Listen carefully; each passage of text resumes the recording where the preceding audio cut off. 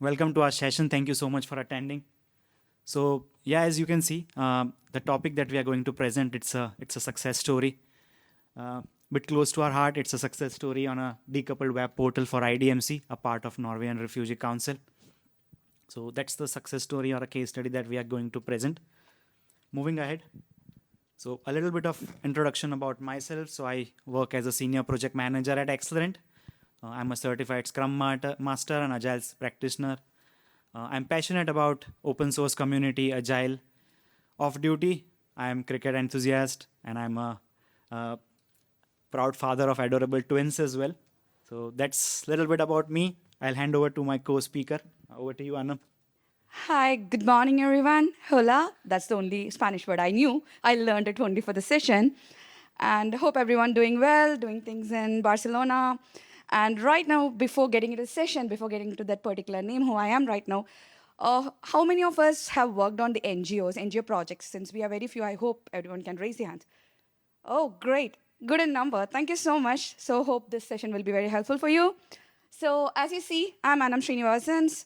By profession, I'm a business analyst, and by passion, I'm a dancer. That's all about me. So getting to the next one right now. So as you see right now, turning challenges into the triumph. So every project story, what we work, it's always close to our heart. And I have something special for this as well as for me. The first is like it's an NGO. So I'm part of a very big team. I'm helping the sustainability. So that's the one case. But there is one more secret over there. So Karthik, would you like to reveal it? Yeah, sure. So basically, this project, we at Accelerant, we felt that okay, we want to contribute to the society. It's impacting the society, so it's a bit close to our heart as well. But apart from that, I'm proud to call out that the Project Management Institute has nominated this specific project as one of the finalists. So yeah, this project is one of the finalists for Project Management Institute. Let's keep our finger crossed. So there is a award ceremony on 20th of September that will reveal that if we are a winner or a runner-up. But yeah, that's one of the main reason as well. Moving ahead, you would like to set the agenda? Yeah, so let's set the agenda. Over here is like, first we will talk about the IDMC, who they are, our client and everyone, and the journey from discovery, how it ended up in the successful production deployment, and the challenges what we faced. Obviously, everyone would have faced a lot of changes when we start with that. Something which is unforeseen, I would say like. And the next one is how we overcome it by the solution implementations. Key features, finally the impact and results. So, okay. So before we get started, sorry for using a short form that is IDMC. Everyone wants to know the full form of it. So yeah, IDMC stands for Internal Displacement Monitoring Centre. It's a world leading source of data, which works on analyzing the data for refugees, for displaced people, and things like that. One of the core reason that in 1998, it falls under a part of Norwegian Refugee Council. So Norwegian Refugee Council is the parent organization of IDMC. It is associated with United Nations of Geneva as well. So all the displaced data, a huge number of data of displaced people, either because of wars, because of natural calamities. The data has been commissioned by United Nations as well. So IDMC does that data analysis and provide it to United Nations for good reason, for good cause. So this is the reason. As you can see on the slides, it more or less is giving a social impact on the society. So this is a little bit about IDMC. Let's move ahead. Over to you, Anam. Thank you. So as you see, we are Accelerant. So we are a strategized team, starts with the strategy of the project, then design, build it, deployment, and we grow on it. So always there is a scope of improvement for all the projects, all the skill set which is getting technology-wise getting improved. So that's how we would like to focus on that. We start with strategize for each project, then we just build it, design, and also we grow along with that. So now from the Accelerant, the journey starts with IDMC. So every project's what we work on, it's always about we start with the workshops of the discovery. The same happened for us as well. So when IDMC reached out, we just submitted the RFPs as all we do, request for proposals. But it was like an here and information. It was not a complete dots connected. So we went with multiple workshops once we won the RFP. And we just went through the discoveries, like multiple discovery workshops with the client to understand what is exactly they require. So normally when the client comes to us and say like, see, I just need a renovated site. I need the revenue to be created. That is the most common one we hit here. but we need to just refine it, articulate it, what exactly is required for that particular site, and how we have done that. So as you see right now, these are the IDMC's web presence prior to the 2024 of the deployment, what we have done. This is the old site which you are seeing right now. So one of the kiosks for them was the search. The search, what the scenario, what they have explained is, every users, they are landing on the Google search, they are typing the keyword, what they wanted to see, and from the Google, they are landing on the website. They are not using the search, which is inside the site. Always we prefer to have that as a keyword to refine it with the filters, but which was not working for them. So that was the one of the key objectives they were discussing. The second one was like the menus, the navigations, everything we were seeing. They were not able to use that navigations in a proper way. The clickable format was there. The usability was not implemented. Accessibility was not implemented. Hope you know that now Europe is getting into the very much of that accessibility part. Every rules and regulations, laws are getting very strict on that. So they wanted to ensure that everything is improved. Finally, we arrived on IDMC vision on seeing this way. So the first point, we just like, they wanted to embark a mission like a renovated web design. So the first thing was they wanted to refine the search part to ensure that every user, every staff of the IDMC, every end user should be using the search inside the site. That was the first point we derived. And the second one was like migrating the content and data. So they were using the Drupal 9 earlier. So how to do that further? What is the tech stack we are going to face? These are the things how we are going to migrate. So we just ensure that is the one of the vision they wanted to do.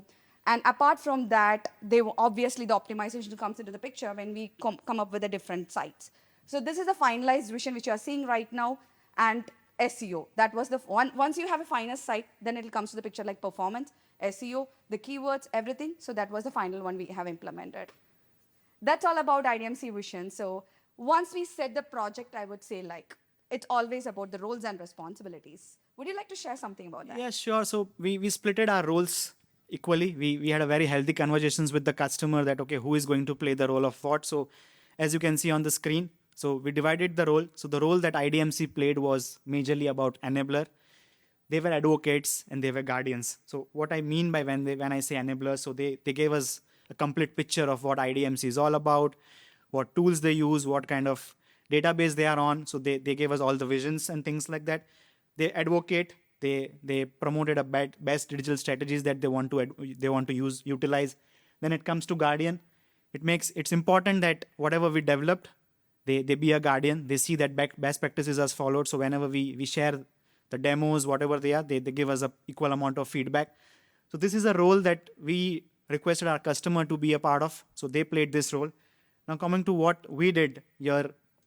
So excellent role was more from a strategy point of view. So we played a strategic role in building the website structure, what architecture we will follow. So second is, and more so less about the user-focused designs. So designs were very crucial when we revamped the websites. Next is architecting the solution. So it's important that we give a customer an architect which is easy to use, which is optimizable. Then it's come to a platform execution. So we did all the execution for the customer about setting up the architect, doing the regular deployments and everything. So this was a role that we divided between the customer and the organization.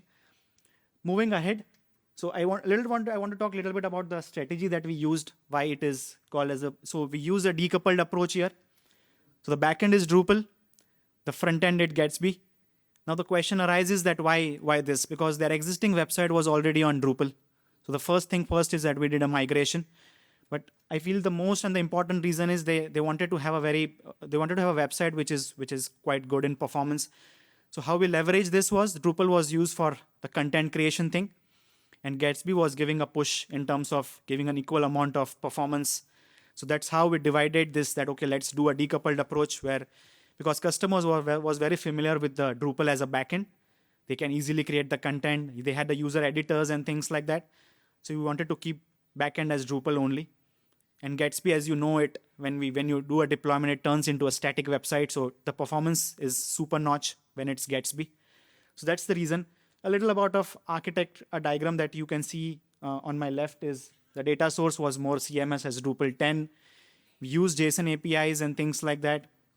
When the build comes, it was pure Gatsby and GraphQL that got combined in it. It's a combine of HTML, CSS, React. And the deployment was mostly done on platform.sh and Netlify. So this is a little bit about the decoupled approach that we took for this web portal. Moving ahead, there were which challenges which Anam would like to call out. Go ahead, Anam. Yeah, so you see the finest structure of architecture right now. But before coming to that into the picture, we started with a lot of discoveries.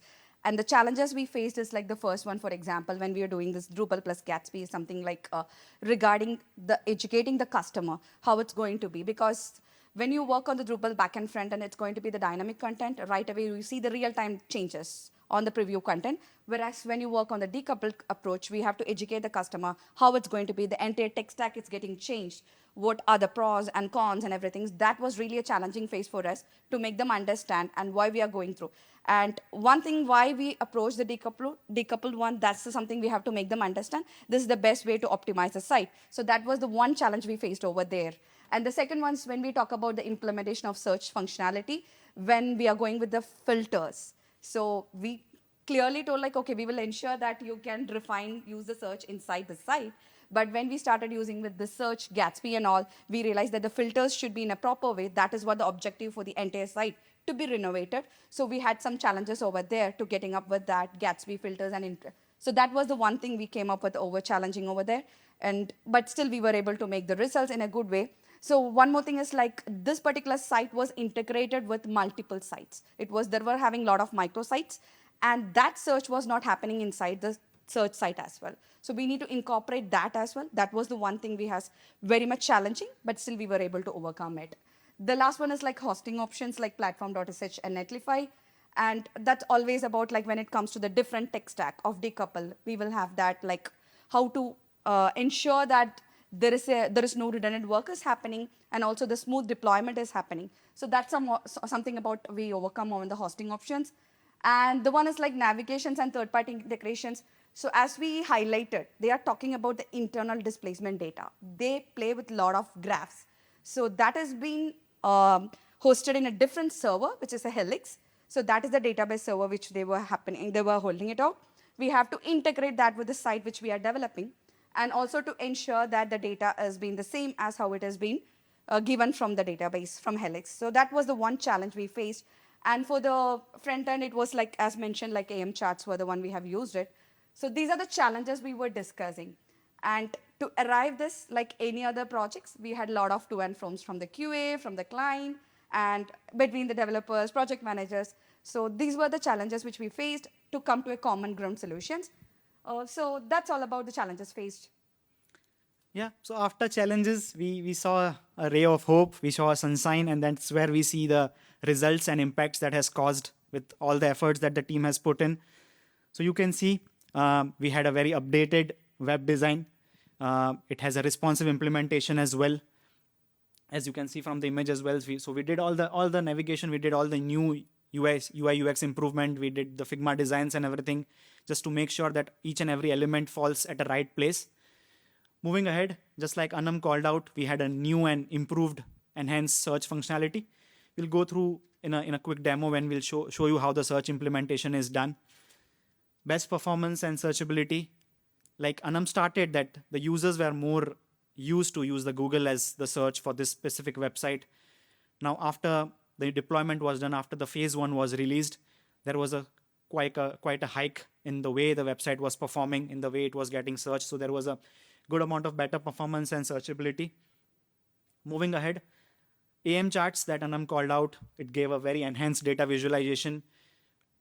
As this is more an NGO which works with data, it's important that each and every country, what displacement that the numbers that they have, it gets visualized in a very appealing manner to the end users. That's how the visualization played with. Streamlined navigation. So we implemented a mega menu in it, which makes sure that, okay, each and every user is able to navigate very easily. They are able to find what they want to find from the mega menu itself. They don't have to search in footer or anywhere else. The mega menu was done a complete rebuild for it. Moving ahead, the whole thing that we did was committed to the excellence and user-centric design. Because we were giving back to the society, it was important that the end users, the impact that we are making to the society plays a very visualizing role. So yeah, design played a very crucial role, and we made sure that the end user gets a very appealing design so that they can navigate very easily. So yeah, that was a commitment from us that, okay, we'll give a very user-centric designs. Moving ahead, As you can see, I talked about results. So there was 28% increase in improved accessibility after we did the redesign of the website.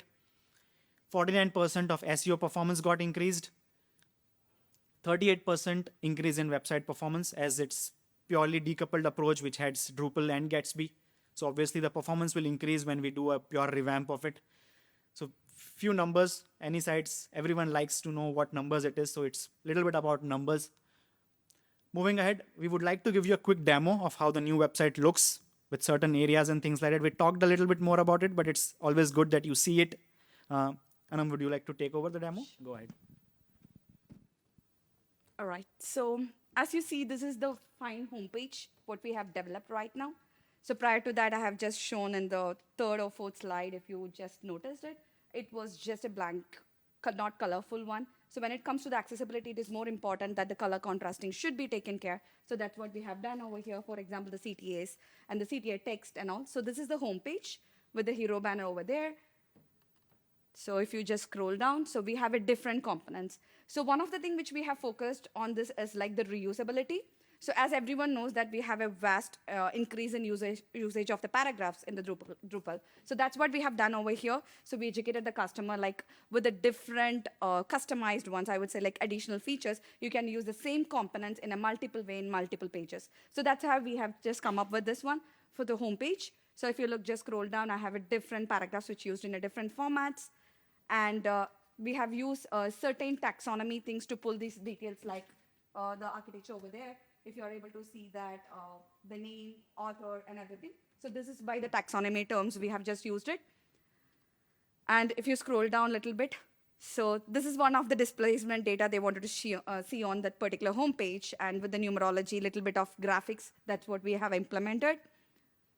So this is something like in a tabular format, if you looks like. And this is the last one on the homepage is something like the entire related news they wanted to see. And if you scroll down, it's the common global footer for all the sites what we keep. So this is all about the homepage. Now I'm quickly taking you to the next ones. I'm just going to the search, which we were really discussing, right? Okay. So this is the finest search page we arrived. So there are different types of categories they wanted to see. As per, I would say like when we wanted to see something related to an Amazon sites, like I wanted to see only this particular category. The same way we have done the product types over here, so the customer can search. So this is how we have implemented with the checkboxes. They can choose it. So these are the categories, different types of expert analysis. It's totally into different categories, that's it.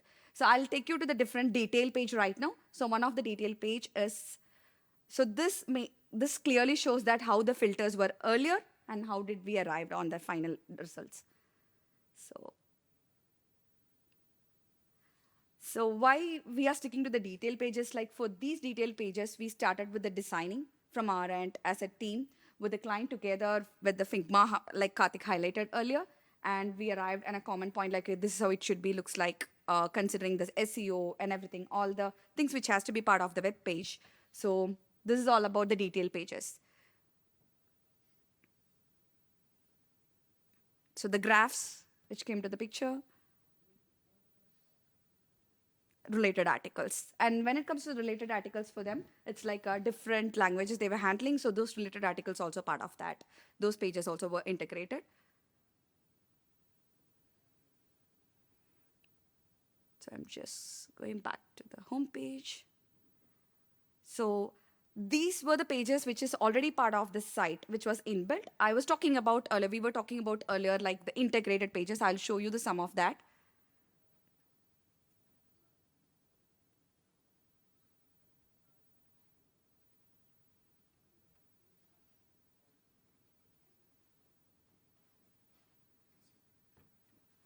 So these are the few integrated pages, so which has been handled in a different way. We just integrated with the search for that, so it has been searchable inside the site.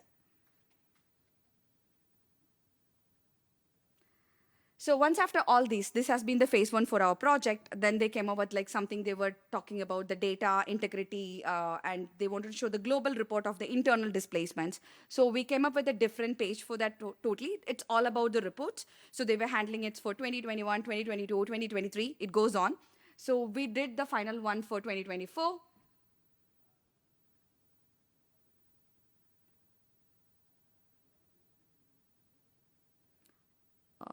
Give me 1 second. First Yeah, mega man.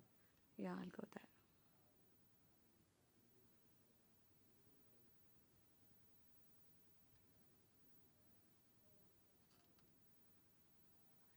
So this is the page entirely we designed from the scratch for them to show the reports for the clients, for the end users.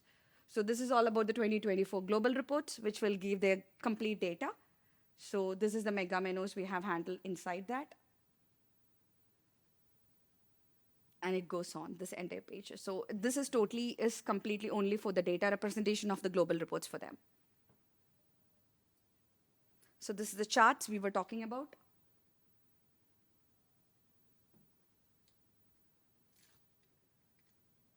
So few animations in the numbers. So this will give the entire chart details of that data.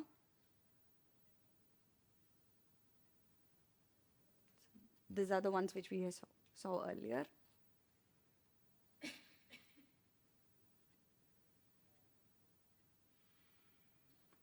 Yeah. So this is all about them. Internal displacements. So they wanted to come up with the digitalization since all the NGOs are focusing on the digitalizations. So this is the one we have developed right now. So that's all about the site as of right now. Yeah. One thing I want to talk about this grid report particularly because this has been one of the most important product for IDMC because this is huge. They do it in a European Union. They had a entire news channels telecasting this report because all the non-profits, all the non-profits who support this basically the displaced people when it comes to United Nations, when it comes to UNHCR, they all combine together in a single roof, and they do a so they call out everyone and they officially announce this report. They print the entire report in a booklet format and they provide it to all the audiences that come in. So I have been a part of. I attended remotely, but I saw this event that happening live. They did it somewhere in the month of May 2024 when they launched this report. It was very huge. So that made me feel that yes, it has created an impact on the society where every non-profit gathered under the same roof and what impact they made, why they were more interested in what report or what numbers they have seen in terms of displaced people. So yeah, that's the phase 2 of IDMC that we did was global report. Moving back to our presentation again.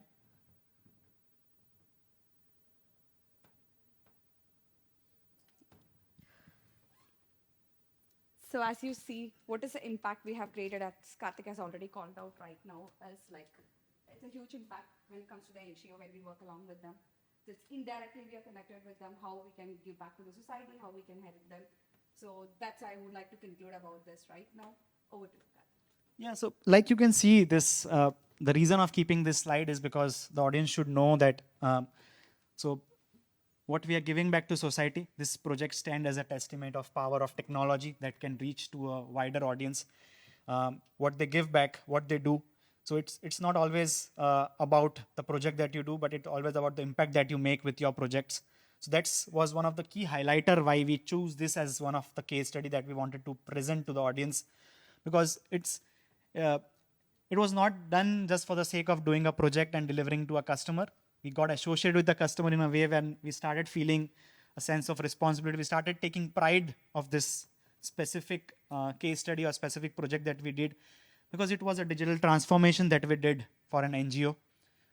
Like we all started, the web presence was there, and so it's all starts with all the discoveries, but then you started realizing that okay, now it's a bit close. You are delivering something to the society now. You need to contribute equally well, and then you start getting on ideas. Sometimes customer don't understand that okay, this can be done in a more better manner. So that's how we tried it. We got into a very healthy conversation. We exchanged ideas, and that's how we try to deliver more better to this customer. And that's how we feel that okay, how this digital transformation or power of technology can reach to a wider audience, and what impact it can make to an end user. So yeah, that's more or less about IDMC. Every project is incomplete without you understanding what the customers feel about it. But slowly and steadily, we started feeling that no, we belong. We started feeling as a sense of a family with our customer. where we wanted to know that, okay, the whole revamp that we did, what impact that it has made to the customer specifically and to the wider audience. Because as you can see, the testimonial or maybe a kind of a voice that we received from IDMC, our customer, is that, okay, they were very optimistic that, okay, the revamp that has been done of the website, it has completely changed the picture of how IDMC looks, how we present IDMC to the end user. Not only that, it has given an opportunity to harmonize. So they have a multiple products. Website is one of the product, and within the website they have multiple sub projects, like Anam called out. They have microsites and things like that. So they consider each and every microsite as their own product, and they want to give it back to a society in a way that it is more appealing. User can easily access it. So yeah, Brahm, who is a digital content specialist, he was going to be with us today, but somehow he couldn't make it. So he's quite happy with the whole revamp that was done. He's based out of Switzerland, Geneva. So yeah, we are quite happy. We are in touch. He was quite excited for this DrupalCon as well and things like that. But yeah, that's all we could take from him for right now. That, okay, you give what you feel like about IDMC, and that's what his voice is. And we are thankful to Brahm for all his support as well. So yeah, that's more or less about the voice of the customer. We are all open for Q&A. So if you have any questions, please.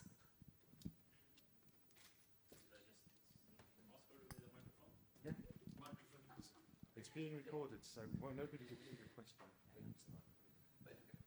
Hi. Actually, I have 3 questions. Yeah, go for it. First one, who are the target groups for this website?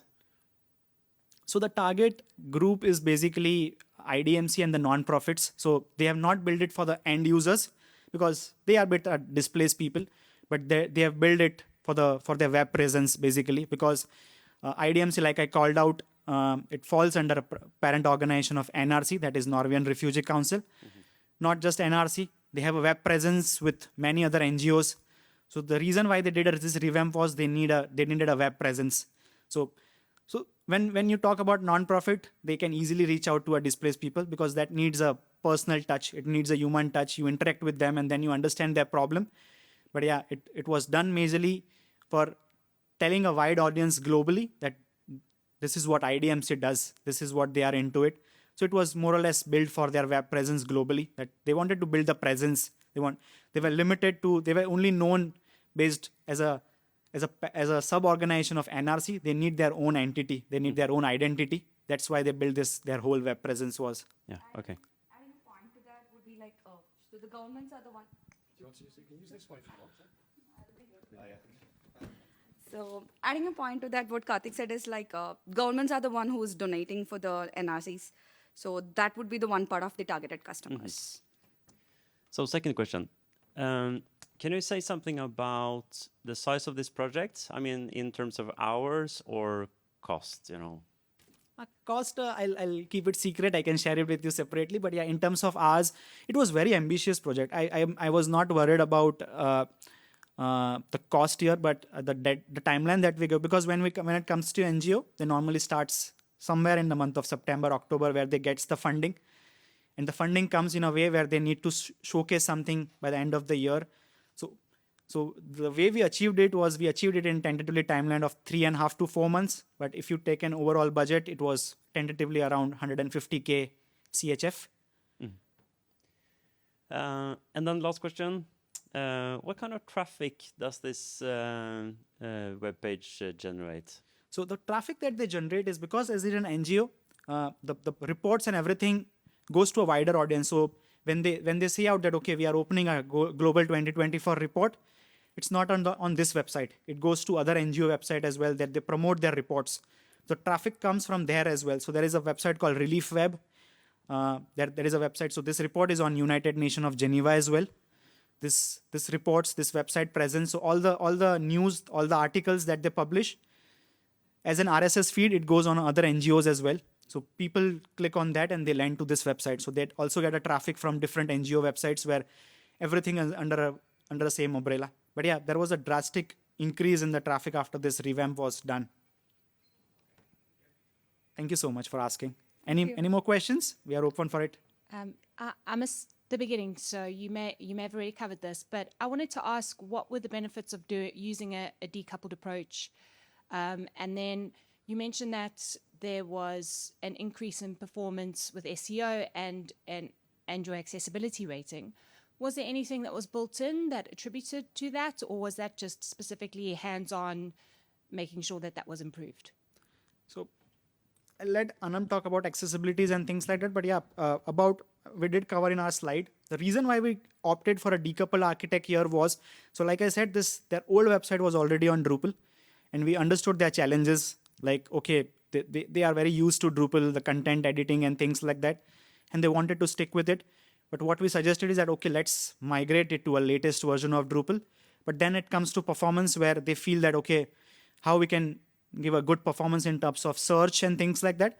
And that's how we decided that, okay, let's opt for a decoupled architect here, because Drupal was very good in terms of content creation. They have the user editors in-house. They were very used to with how they can create the pages, how they can create the nodes, and things like that. But what we suggested is that let's take Gatsby as our front end, because that will boost the performance because it's pure static. And definitely in terms of deployments and things as well, the reason why we used Netlify was it was very quick. We do our deployments in no less than 2 or 2.5 minutes. So if a customer makes a change and things like that, you can immediately see on the website. The search becomes so fast that as soon as you type the keywords, you immediately get the results.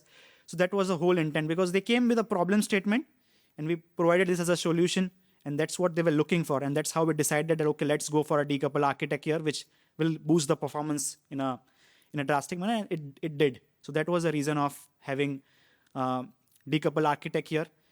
In terms of SEO, yes, we integrated. So previously, customer was not into meta tags and things like that. When you see Drupal admins, every meta fields were empty and things like that, because they were not much into it. And then we educated the customer that, okay, now if you need a web presence, just like the question was asked that what was the target audience here. So if you need a web presence, then yes, this thing was done. So we had an internal team as well who helped with analytics, who helped with SEO, with marketing. So we did all the meta things. So now when you see the search page is ranked a second or third on the Google page now, which was on the third or fourth page before we did this revamp. So this was the reason. If you want to take the accessibility part, Anam. Sure, Karthik. So regarding the decoupled approach, I would say like doesn't match with the accessibility. That is something we have to improve. So what we have done over here is, like as Karthik said, like when we come up with the Gatsby as a front end, so we just ensure that the accessibility has been taken care for the WCAG rules, because the web presence which they were having was pretty earlier. It was renovated in a pretty earlier, and at that time the accessibility was not scoring much. So now that's not the case. We have to focus on that. So when we rebuilt it with the Gatsby front end, we had a chance to work on the Figma designs. So we came up with the accessibility matching, like with the WCAG 2.2 rules, and ensure that it's being conveyed to the customer as well, that we have to go with this. Otherwise, there are certain laws, they have to handle it later. So that's how the accessibility was improved. And also, when we are improving the SEO performance, the search performance, definitely you will have more users landing on that page. So we have to consider that inclusivity. That's the reason that accessibility score got improved. Sure. Thank you. I hope that answered your question. Anything else? Thanks. Yeah, hello guys, and great work, first of all. And a quick question, I'd like to know your approach to the market, because you managed to get a rather, I suppose, nice client in Norway. So I want to know how was your approach to get into that market, and how you managed that? So you want to know our secret sauce? I mean, you're doing a demo with a business analyst, so why not? No, but that's the fair question. But yeah, the way we approach them. So Excellent is typically in these two specific domains, that is nonprofit and higher ed. That's how, like we said, we don't do just for the sake of building the website. We feel that, okay, we want to give back to, so it should be an impactful work that we do, right? And that's how it comes from a word of mouth as well. So we have worked with United Nations in past, and that's how that's how the journey started. So when you work with United Nations, they see their work and then the doors open. So that's how it opened up for us. Like I said, it was all. We submitted an RFP, so it was not like we got a customer directly from a market. We were exploring and then we got it. We followed a typical architecture which each and every agency follows. We got to know about the RFP. We submitted it. There was back and forth. When it comes to RFP, there are long process that you need to go through. So we went through it, but we were optimistic that, okay, because we have worked on NGOs in past, so we knew the way they work, the new way they think about it, and we had few good case studies as well with us, which was giving a good amount of balance to us as well. So this is how we approached it. But yeah, the main reason is that we had a very good, healthy market that we do in NGOs from quite some time, and that helped this to boost to get this specific customer from Norway as well. So to add to it, not just IDM, because IDMC is based out of Switzerland, Geneva. We are also partner with Norwegian Refugee Council. So we are also working with them as well in sense of different projects and things like that. But yeah, this is how we open our doors of opportunity with this specific customer. Hope that answer. But yeah, we can talk Not about it really. later on. Yeah, maybe points to be added from the market's perspective is like you are right. So it's not something like submit the RFP based upon the discovery what we are receiving it. You should have some kind of a market research before we go through that.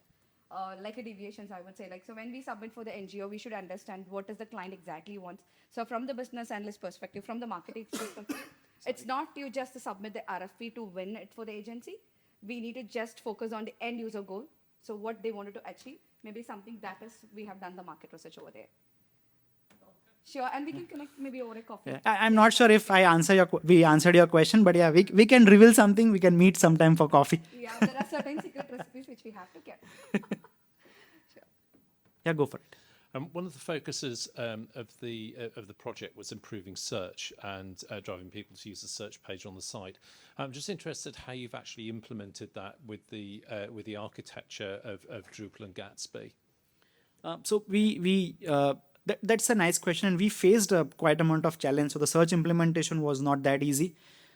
The question that was asked that what was the timeline of the project, we have spent tentatively around 1 month just on search. So the entire website was built in rest of the time, and the search took dedicatedly 1 month of time where there was back and forth in terms of, so we did many permutation and combination that how it will work out in terms of the architecture that we have picked, in terms of different kind of categories that we have, the taxonomies that we have. We wanted to make sure that it is easily searchable, and the filters that you see, it was pain. It was not that easy.